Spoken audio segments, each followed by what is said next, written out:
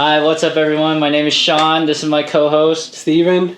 and we're here to talk about our podcast, which we're just getting some few questions from students we heard, and we just want to talk about them and share our experience as students there. So, Sean, based on some of the questions that I asked students around campus, some of the questions that they had, six most popular questions. One of the questions was,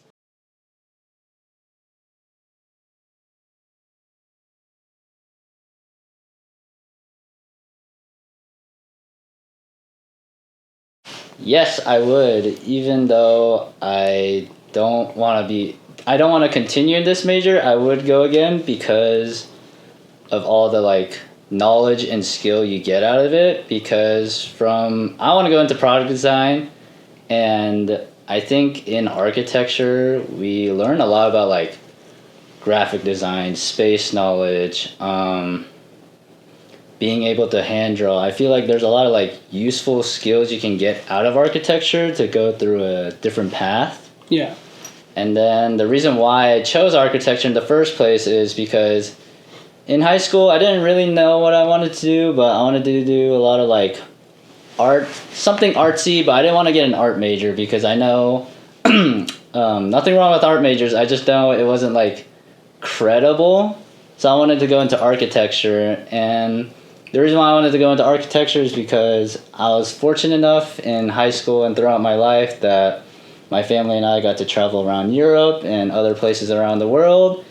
And I thought it was cool, being able to see these buildings being built and the way that people design them. So I was like, oh, I think maybe I do want to be an architect. It's something I'm interested in. So that's why I chose to go into architecture now.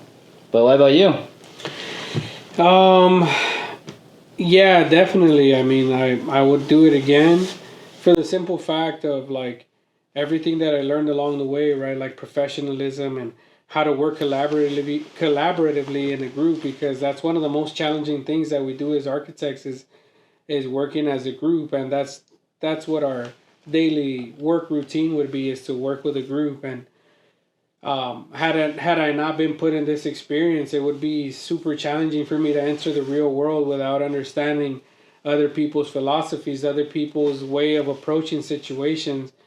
And because of this major, you, as a graduate student, you learn to dig deeper into situations and do your research before entering a space, and not just going in there and then just prejudging everything. So it has helped me out tremendously in the real world, and how to present and how to carry yourself and how to address situations that you don't understand, you're not necessarily aligned to, but you end up just siding with the situation because it fits the dynamic of what you're designing. So I had the privilege of doing landscape architecture first. And I'm glad I did that because I bumped into people in my cohort that have wanted to know more about landscape architecture, and they would have done their graduate degree in that, and then maybe done their undergrad in architecture. Okay. Because landscape architecture to me is it's more people involved. You get to deal with uh, with people, with communities, and you're touched by these people, these groups that you go talk to. And in architecture, it's mainly building, and some of the students that came into the field, they were just shocked and unaware about these differences of landscape architecture and architecture. But as far as me, I was very privileged to do landscape architecture first, and graduate degree in architecture. So yeah, I will do it again. I also want to add that going into the major, I really thought oh, I'll just be drawing these buildings, pretty more artsy stuff. But as I got further into my career, I'm like, wow, this is a lot of problem solving, calculating, and then when you get higher up into the years, you're starting to think about how can you make it more affordable, sustainable. So you're also doing a lot of research on your own time because you also want to see what you can do to make in those buildings. So I didn't think it would take. I very underestimated the major, is what I'm trying to say. Would you say that because you go to a university that's known for their sustainable program, that you've always thought about like sustainable features and sustainable design in your approach, or you think that that just comes from just you thinking the right thing to do in most of these buildings? I definitely went here for one reason because we were known for sustainable architecture, and I was like, for me, I thought that meant like more greenery in a building, but as soon as I got into it, I understand it more as like more about like, oh, how can we make it more energy efficient, or what's the best materials to lower the cost but also be efficient of where we need to meet. So that's what I thought So about. most of your design finals, right? Your design, your final presentations, do they have, a lot of sustainable, design choices, or and does that get introduced or implemented in your studio, or what do you feel? Do you feel that that's we get we get the opportunity to do that, or you're just fast paced doing your design where you just forget about the design sustainability choices because this is more aesthetically pleasing? I feel like some projects I've seen, people just throw out the word sustainable into the Yeah, project. yeah, Like, I mean, it's there, but like the backup to it is not like upholding to what they're trying to say. And for me personally, I mean, I did the same mistake too. I was saying, "Oh, this is a sustainable project. I have this, this, and this," but like, I realize at the stage I am now, I'm like, it's not really sustainable or there yet. So right now, I'm trying to focus on more about sustainable greenery by adding more like plants and greenery inside the building because studies show that a lot of people actually do better when they're connected to nature. So that's what I'm trying to do as an architect right now. hmm So right now you're in your last year, right? You're expected to graduate this upcoming spring, and then Yes. it's all over, right? Like to the real world now. Oh yeah. So from what I understand, your last studio now it extends to the spring, right? So you're gonna be working on a design for 6 months. Yeah. Okay, so in this design, in your last year, what are you expecting to produce, or what are you just gonna put everything you've been holding back for 4 years and just putting it all in this one design? And what does it involve? What is your design about? What is your topic? So we're in the affordable housing for Vancouver, and Vancouver, Washington. Vancouver, Canada. Okay. And I think one of my main goals is I really want to try to put that green wall living system into my building so that people can enjoy the connection between nature and space. Because yes, our site has a lot of like landscaping we can work on, but I really want to make that connection between inside and outside. Yeah. But I also want to focus on how to make the building more energy reusable, so I'm gonna have to do a little bit more research on that. But those are my two main focuses because one of my past studios, we I was in a studio where we made a living green wall system, and that really like sparked my interest. So I want to implement that research into this project. Yeah. Okay, and as far as me and you, we're in the same studio, but you're an undergraduate student and I'm a graduate student, so there's a lot of work more expected from the graduate student, and so ours involves a little bit more research. And my approach to all of this is dealing with the First Nations group and implementing these design strategies of creating these luscious courtyards at the same time dealing with the sensibilities of people of indigenous backgrounds. So it'll be very interesting to see what I produce by the end of the year because we're already in week 4. Yeah, about to go week 5. Yeah, about to go week 5, and it's getting really intense now because the everything just got kicked up a notch. So we have to like force these designs that we have no clue about, and create a form of these buildings, right? But hopefully we go out with a bang, man. Oh yeah, I mean, I honestly kind of wasted my 3 years or 3.5 years, like just trying to hand draw everything. Yeah. But like, it looked nice, but I don't think they're good enough to go in my portfolio. So like, I definitely will take this final project very seriously to try to like put something more into my portfolio. So do you think because of that, that does that go on your professor that didn't push you to go into rendering software or just an architecture software, or was that on you? That was on me. I kind of like really wanted to get good at hand drawing because the way hand drawing looks just it's really eye appealing for me. So like I wanted to get that stage, but I don't think I'm there. So like I now decided to also start rendering and doing everything digital. But I only did everything digital now because I'm a very tech savvy person.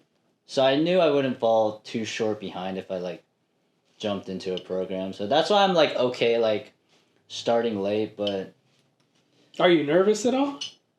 no, because you know, yeah, some of my reviews I get yelled at because of the way because the way I execute them, but like honestly, it's such a good like learning or not learning, but like if you take the insult and learn from it, it's not really a mistake. You just get better. So like I just kept getting better on my hand drawing and people started liking it, but I think I'm at the stage where I'm like I need digital work for my portfolio because this day and age I see everyone's portfolio is all digitalized. I don't really see hand stuff no more. You know what I've noticed though, like as an undergrad in design already, you know, having the 5 years experience and then of undergrad and now doing this as a graduate student, one of the things that I notice a lot is that the people who end up getting offended from their criticism, right, and their presentation, um, there's lack of accountability, right? Because like you right now, you accept the fact that you didn't know software, architecture software, and everything was by hand. So your final presentation wasn't as presentable as somebody else's, maybe. Maybe that's not the correct way of saying it, right? Because maybe they had a better rendering, but you had the narrative and your drawing needed a little bit more tweaking. But how do you feel about that? Like when not taking accountability, because I'm sure you've seen students that can't take the criticism, and most of the times these students that can't take accountability are the students that are their work is subpar, right? Because they say a lot of game with their mouth, right? You should do this, you should do that, but then when it comes down to like, okay, now it's your turn to present, and you see their work, their words doesn't match their actions, so it's good to hear that you accept accountability that you need to get better in the software, because in the industry this is what you have to use, right? Revit, AutoCAD, Rhino, or whichever firm you decide to work with and what they use. So it's important to see that. But is that odd for you to see that when people they can give it, but they can dish it, but they can't receive it? Yeah, I mean, in the beginning, I would be like, wow, I don't know why I got criticized so hard for this. But, like, at the end of the day, you shouldn't take everything by heart. You should just take it as more of a learning curve. Mm-hmm. Like, yes, maybe the way they did say it was, like, way too, like, harsh on you. They could have said it in a more, like, nicer way. But, like, if you really think about it, they're just really trying to push you. And, like, you just need to learn from your mistakes. If you learn from them, then you can get better, and that comment will come up again. But like, I do agree. I have seen some people's like work not on par, but they have a good narrative, but they can't take the criticism because they think it's good. But someday they will learn it. Man, what do you think about that? Because I think that you think like you should go in already with the experience And just knowing that you don't know everything, right? Because we're obviously in school because we don't know everything, right? We're here to learn. But then when you see these presentations and they're happening in front of you, right? Because some reviews involve the group presenting or the student presenting, and then the rest of the class is watching. And we see them, right? Sometimes they can't just take it, right? And it's mind-boggling to me that they can't take it, because I just think, as a person who works in the industry, like, there's nothing worse than seeing a person argue or not accept something that they don't know, right? Like, for example, something as simple as, like, one of the people that I was working with, one of the guys that I was working with, he was saying that he knew how to build, right? But then the moment that it came time to work and I gave him a tape measure, No, he didn't know. he didn't know how to read a tape measure, right? But he wanted to get top dollar. He wanted to be taken serious, that he understood everything that he was saying. But the moment that I gave him a tape measure, he threw the base first and then kept the thing and pulled it to the side. It's a true story, So it's the equivalent of a student trying to act like they know what's going on when the person that's giving them the criticism has been around, right? Like, they do this for a living. I think we need to work on that more, just because, like, how many of us can say that we have buildings in our hands, right? Like, buildings to our name, like we've actually done stuff. And the students that have done that, they don't act like that. They don't act like they. So we should take note from those students, the ones that have been around, and accept the criticism from the professors that give us that harsh criticism, so to speak, because they know what they're saying. They're not there by accident. They're not teaching by accident, I believe. But moving on, man, I'm interested, and one of the other questions that the students has was,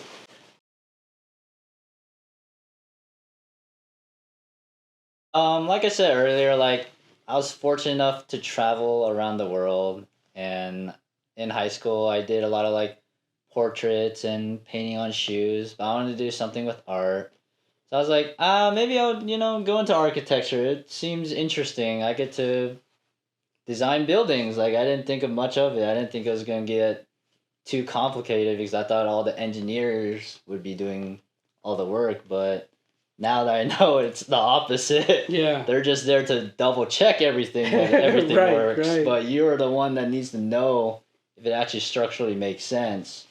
But what about you? My story, I guess it goes deeper than that, just because, I'm from East Los Angeles, and so I never really considered, pursuing a higher education, because I didn't like school, man. I really didn't enjoy it. I just everything in my in where I grew up, it just wasn't in my favor to allow me to dream like I want to be this someday. I didn't want to go to school. I really didn't see myself choosing to be a professional. I Yeah. just wanted to graduate and then let me sleep, and maybe find a job wherever I land. But really soon my plans changed, right, to a very expensive decision now, right, to where I can't take it back because it's a promise that I made my mom. But the story goes back to, I think it was first grade or kindergarten, where it was extremely rare for my mom to pick me up from school, right? Because the one that would take us to school was my older brother. So I'm the youngest of three brothers, and my brother would take us to school because both of my parents worked. Both of my parents are immigrants. They were immigrants, and when school was over, I would see my brother and he would take me home, or sometimes it would be a cousin, and very rare would be my mom. But then one of those visits, one of those times that school ended, I saw my mom through the fence, and I was really excited because it was rare when I saw my mom pick me up because she worked. Yeah. So the day that she picked me up, she decided to go a different route, because where I live, there would be gang members in the parks doing drugs and doing other kind of activities, and she didn't want me exposed to that, or she was always in fear that something would happen. She always had fear, and so we went a different direction. So our commute would have been 5 minutes, and she chose the 20-minute route just because, now as an adult, I understand she was probably going through a lot. She just didn't want to go home, for whatever reason, all the economic issues and whatever. But as you know, right, the communities that we went, that the path that we chose ended up being a very, wealthy neighborhood. Because next to East LA, there's a city called Monterey Park. Oh yeah. And Monterey Park is mostly Asian population, Asian communities. And, they have very beautiful gardens, man. Like these group of people take care of their gardens like extremely, beautifully. And so as I was walking, I kept walking and I was talking to my mom, and my mom said, "Let's take a break. I'm tired." So she sat down on the curb, and she just kept contemplating the landscape of the home she was looking at, because they had a bunch of flowers, and because of that, it allowed my mom to pause and take in everything she was going. So before I knew it, my mom was in tears, and I was, a first grader or kindergartner, just thinking like, what, Yeah, why you are you didn't crying? understand what Like, was what are you happening. doing, Yeah, okay. So then I was just like, hey mom, what's going on? Why are you crying? And she just, what is she going to tell a kindergarten student, or kindergarten age child, that I would understand. I'm not an adult. I wasn't an adult. Nothing she said was going to make me understand the reason behind her tears. So, what she told me was, she just started wiping her tears, and she's like, when you grow up, can you build me a garden like that? And and I Okay. was like, which one? She's pointing at the one across from her, like that one. Can you build me a house like that with a bunch of beautiful flowers? And I look at it and I'm like, yeah, I would, because I wanted her to stop crying. I was embarrassed and I wanted to go home. So I'm like, yeah, yeah. And so she grabbed me and she's like, promise me that you're going to do this. You're going to build me that home with flowers. And I said, yeah, I promise, mom. And because I didn't get to see her a lot when she picked me up, and I always I looked forward to seeing her because that's my mom, and I didn't want to see her cry anymore. That was the vow that I made to her to build her that, and that led to landscape architecture. And now I've done her garden, I've done that. And now, as hopefully when I finish this degree, I'll be able to design her home now. So that's how I ended up here. A very expensive vow, by the way, Hey man, I'm proud of you, man. That's amazing. That's way better story than me trying to get into architecture. Yeah, but I mean, it worked out because it gave me the purpose to lock in and keep moving forward, because it's challenging, as a older student, seeing how most of this program goes about, because some students come in like without any will Knowledge. or knowledge or just caring, like to be interested in understanding the objective, the scope of work of why we're doing it. They just want to, all right, let's just They get just it want to over. finish it. Yeah. Yeah, there are. Yeah. So that's always been challenging to me, because I'm like, hey man, and there's nothing worse than not enjoying what you do. Then you'll hate doing what you do. There's no, what's your purpose, you know? But moving on to the next question, Sean. The next question was,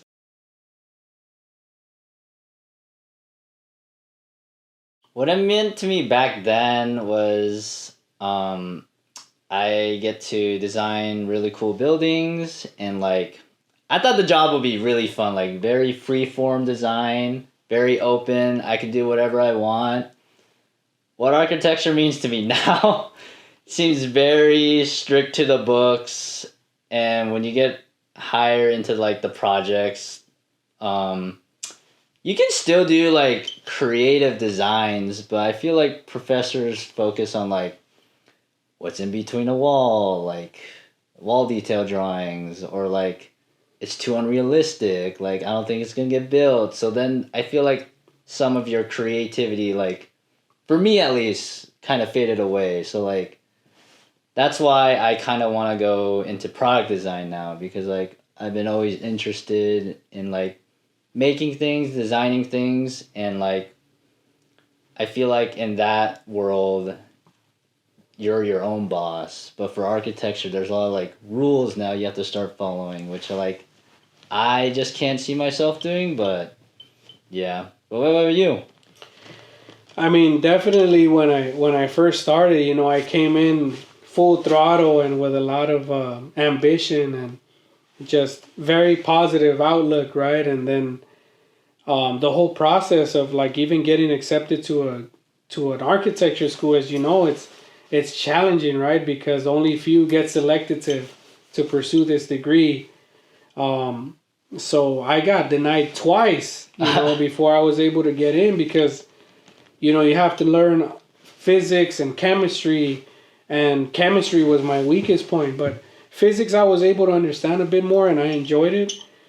So it allowed me to continue with the degree because once I got to the architecture courses of you know community college, it was fun because I learned the differences of subtractive design and additive design and color shading. So it was therapeutic for me because I would just draw. And so they give you the liberty of just being the creator of your own world, right? One of the things that I enjoy about watching, I'm not sure if you know Bob Ross. Yeah, yeah.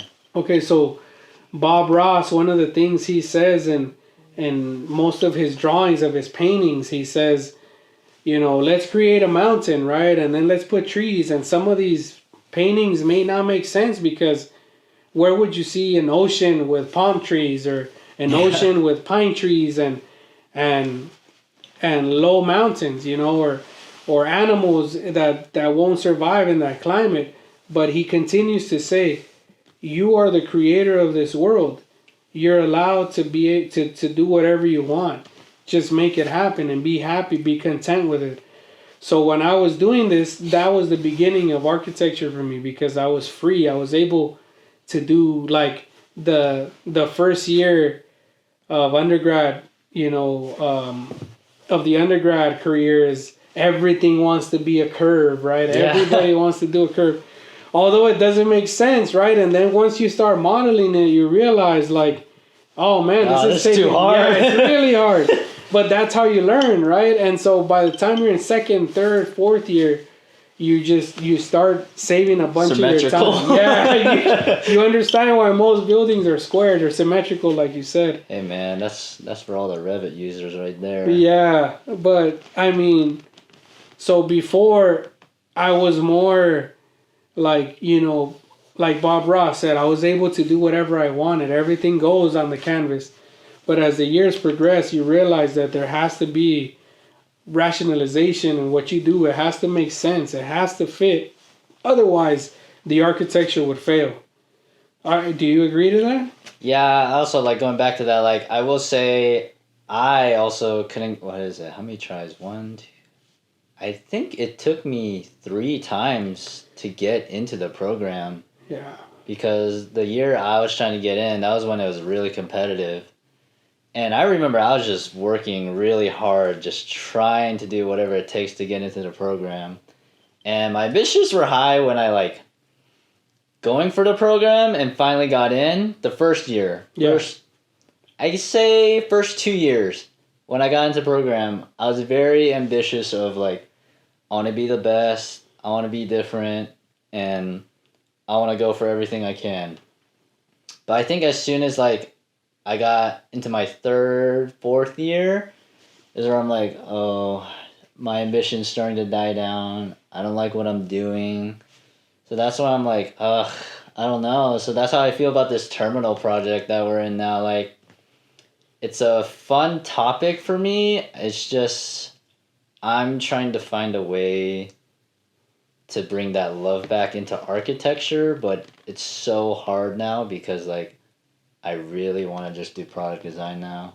Oh, you're in that space now. Yeah, like when we were doing our discussions, I was just kind of thinking about like products, like what I can make instead of like Damn. what the buildings to design. Yeah, that's strange. But so what made you keep going though after the first time you got denied and then the second and the third time? What made you keep going?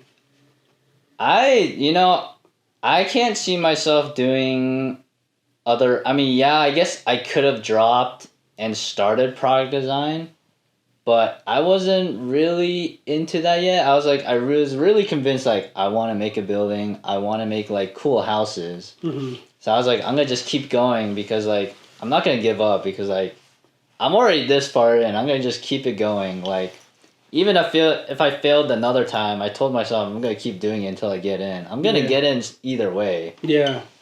Well, that's good that you were determined to get in because maybe by the second or especially the third time, right? That would have been like, maybe this isn't for me. No, yeah. I took a studio that was for non-architecture kids. None of us were in it. Everyone tried to apply first time. After they got denied, I asked them if they got in. They're like, "Nah, I'm just gonna switch majors." And I hear people like they try the first time, they just quit everything. But I just kept going at it. Yeah, one of the things that I was told in community college, when I first started back in, was it 2009? Hey, man. But then I took a break and I came back 2013 determined, right? Because 2009 I was like a year. No, I was already like, I was in community college for all the wrong reasons. Like I wasn't determined, I wasn't, and I'll accept that.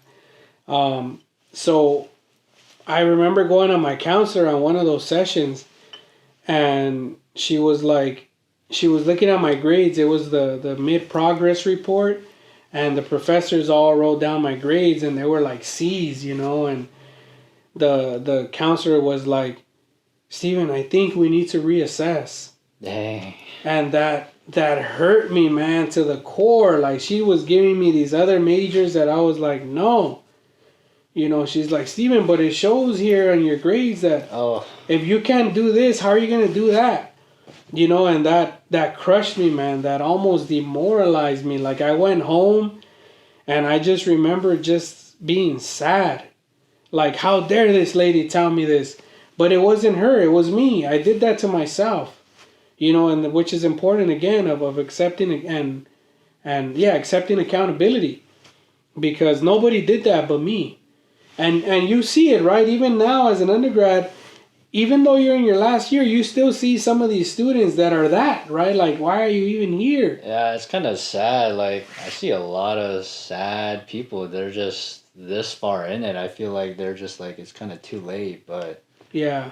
Nothing's ever too late unless you're really passionate about the switch. Yeah. Like, the only reason why I'm still in it now and I didn't switch, like, 2 years ago is because architecture is the highest credible art degree. Mm.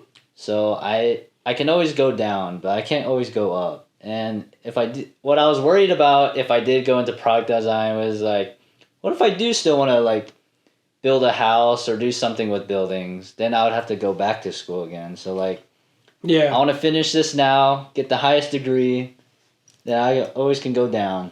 And since architecture is a design degree, I mean, I've been kind of product design. I think I can do it. Yeah, and I think so too, man. I've seen your work and even your lifestyle, how you carry yourself. There's a lot of stuff about you that looks just like a product designer, But what is your advice to the student that is an undergrad and losing that drive to produce quality work? So for me, find a topic in architecture that you love. So for my example, I really lost hope doing architecture, and I was in one of my studios, which was the Living Wall System studio, and I was like, oh, this seems interesting, but like at that point I was like, I just want to get the degree and just go. But that professor actually inspired me on her research and that topic. So I was like, oh, this is very interesting because like it's almost like it's almost building a product, but for a building. So that's why I liked it a lot. So I would say try to find a topic that you enjoy and try to implement that in every project. Because from that forth on, after that studio, I try to actually want to put that in every project. And with my terminal, I do want to put that in my project. And I think my past projects, that all of that hand drawn, I'll definitely go back and use a digital software, but also incorporate that living wall system idea, because that gives me the drive to work hard again. Yeah. Yeah. And it's important, right? Because at the end of this career, you have to have a portfolio. You have to find a job. And if all your work has been subpar, you can't get upset at anybody but yourself, right?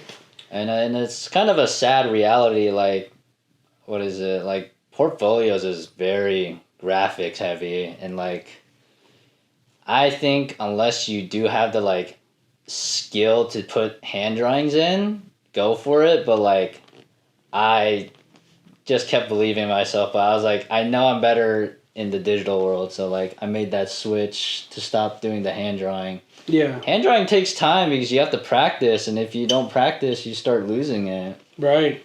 So, and it's a real skill too, right? Oh yeah. So like, yeah, I would say my advice is definitely find a topic that you enjoy and just somehow try to implement in that project or something you want to do. Okay. And our next question here, Sean, was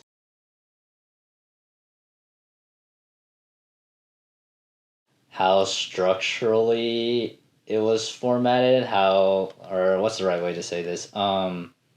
Everything's by the books, which I'm not really fond of because I don't really follow the rules. Yeah. So, but I mean, the class I'm taking right now, Pro-Con, I mean, I was fortunate enough to talk to a firm and just talk about business. And he made me realize, like, I think this is for sure not, like, what I want to do. And this class actually helps me, like, it's more on the architectural business side, like what architects do in the business side. But I think that class has made me realize I don't want to do this anymore.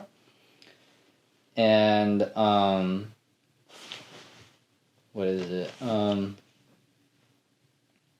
Yeah, I think that's about it. Like, I just didn't like how, like, everything was just in line. You couldn't really, like, swerve out to do your own thing. Yeah, there wasn't room to be creative on your end. Yeah, it's like kind of like have to make it realistic, which makes sense, you know, like, but like I will say for another advice, like if you are in the major, your first 2 years, just go crazy, like build something impossible, because they're not going to ask you about structures or how engineering works. Like, just have fun the first 2 years. And then what was the other part of the question? What did you wish you knew about architecture before coming into the program? Like, what would have been helpful to know about this major? A lot of self-learning. Yeah. Like, professors, they do their job, but I would say you really have to take some of your time in some classes to learn it on your own, because the way some of them teach doesn't make any sense for me, at least. So, like, I definitely had to do some classes where, like, I had to relearn it on my own because the way they taught it didn't make sense to me. Yeah. Yeah, and that's one of the struggles for me here, at least, is that when it comes down to like laser cutting, right? There's only 2 available. So those during finals week, they get booked up, and then you're trying to get that. And if your building is like 8 stories high, then how are you going to do it by hand? And sometimes this is a deliverable that's required. So it becomes a difficult challenge to have that part sometimes. And something I would have known about architecture too was that, like you mentioned, that everything is mainly self-taught.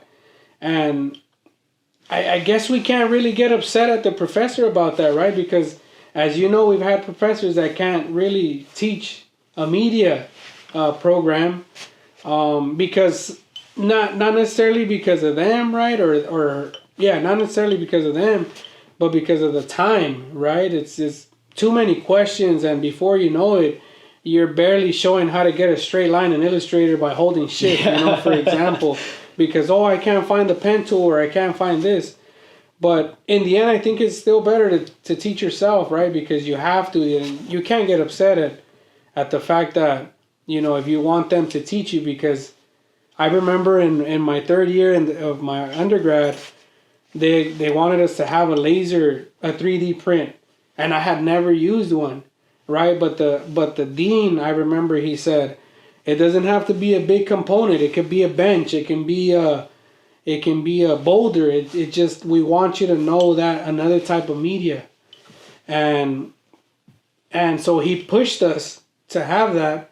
And I remember I did a circular bench, and the outcome was incredible, because had he not done that, I would have never ever pushed myself to learn 3D printing, but that was one of the struggles, because then knowing that in my undergrad when they were teaching us that, and hearing a lot of people always complain, but they don't teach us AutoCAD, they don't teach us Revit, we have to teach ourselves, sadly, right? That's what it is. We don't go to a private school where they might teach you that. But I mean, I think it's rewarding when you teach yourself, because now you're doing it because you want to learn it, right? You have to learn it, and you invest the time that is just, it's countless. You don't really keep track. I'm going to put 2 hours. Yeah. Because you need to learn it. This is our career. So anything else you would like to add to that? No. No? Okay. No, yeah. So the next question was, definitely feel burned out, but like I said, I'm trying to really motivate myself. How can I make this project fun for me? At the end of the day, it's your project, and you have to figure out what's gonna drive you to finish it. Yeah.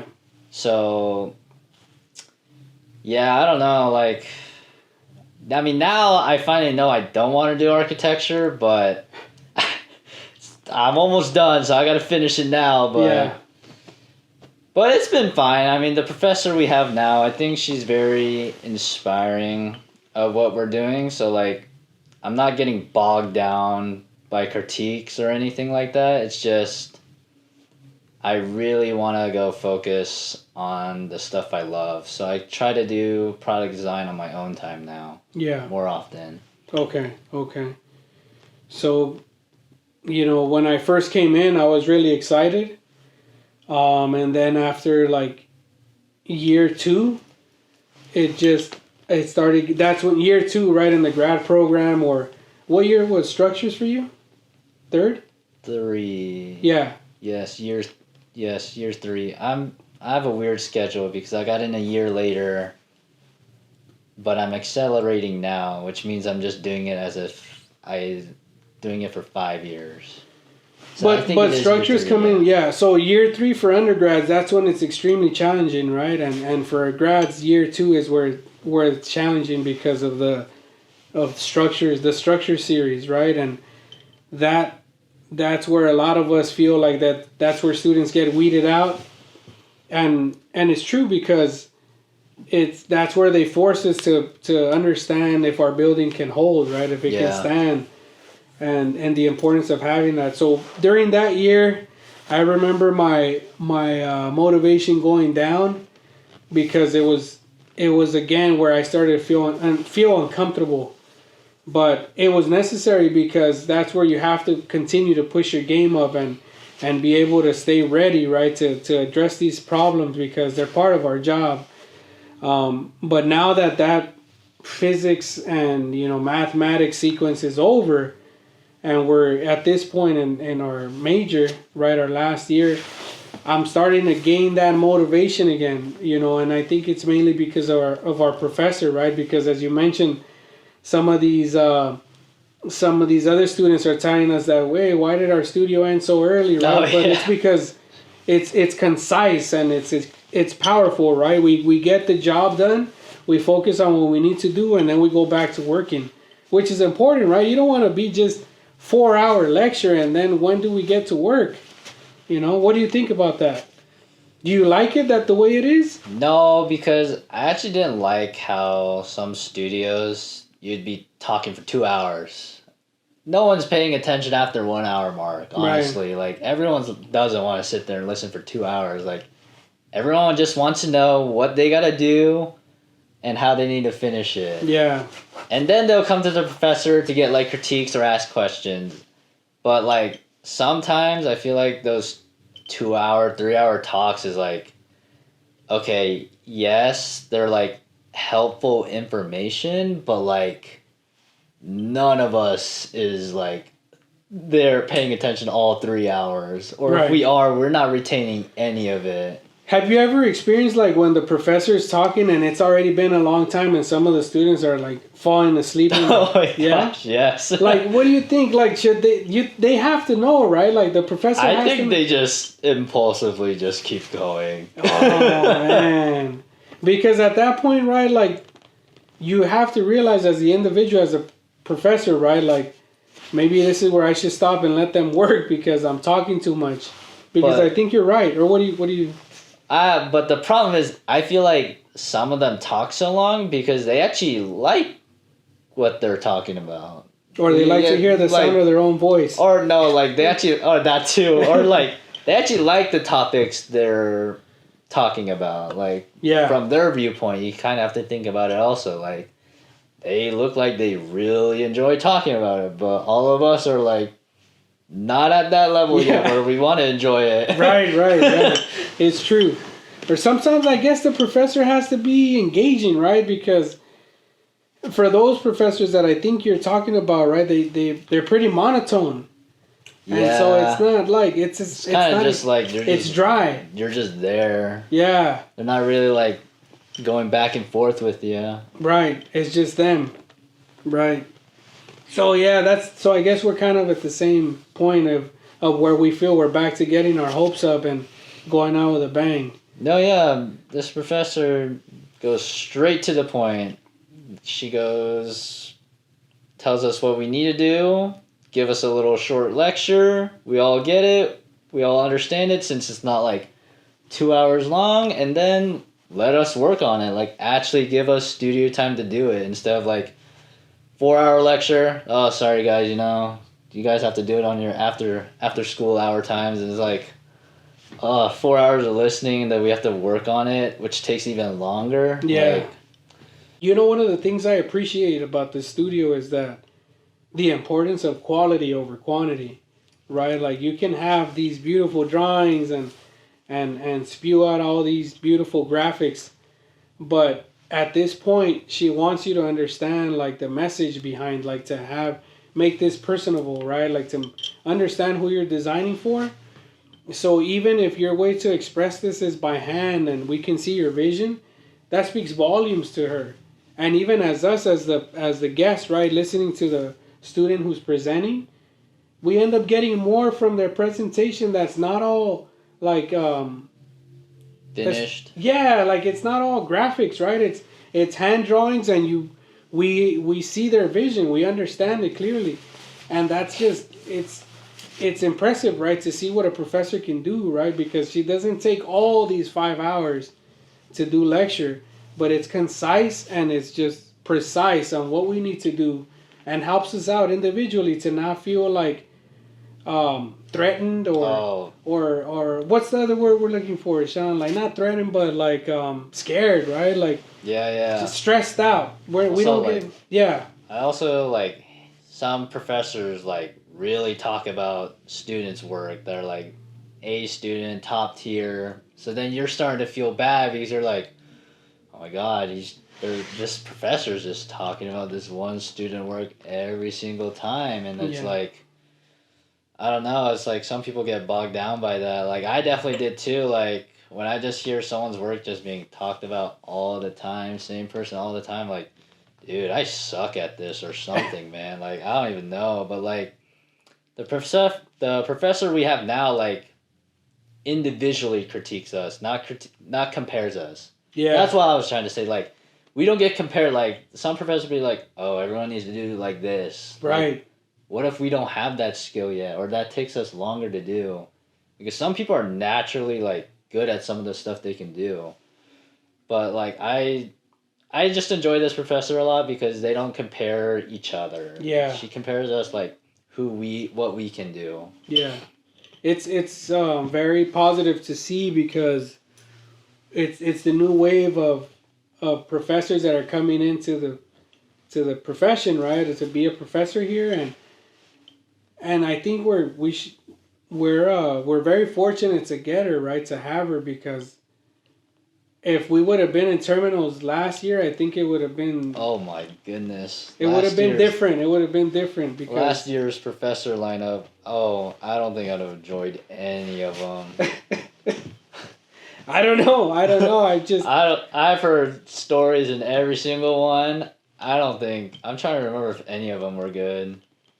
But that's the hard part. That's the challenging part, right? Because it really is. You get what you put in, and if those are the options, you have to make the best of it, and that's why I say that we're very privileged and fortunate to have, what we have now. And I'm extremely happy about it, actually, because as a graduate student, you're getting my money's worth for sure. I am. I definitely am, because there was some course where I'm like, man, what is this? Oh, I felt that. Yeah. I was like, I cannot believe I paid $500 for this class.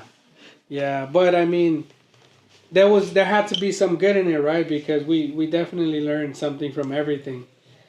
And lastly, Sean, with one of the questions after all of this madness. Even though I don't want to be an architect right now, like I'd run it back again because Same school? yeah, because I don't want to live my life in regret. So like I don't regret coming here. I definitely learned a lot of valuable lessons on what I want to become.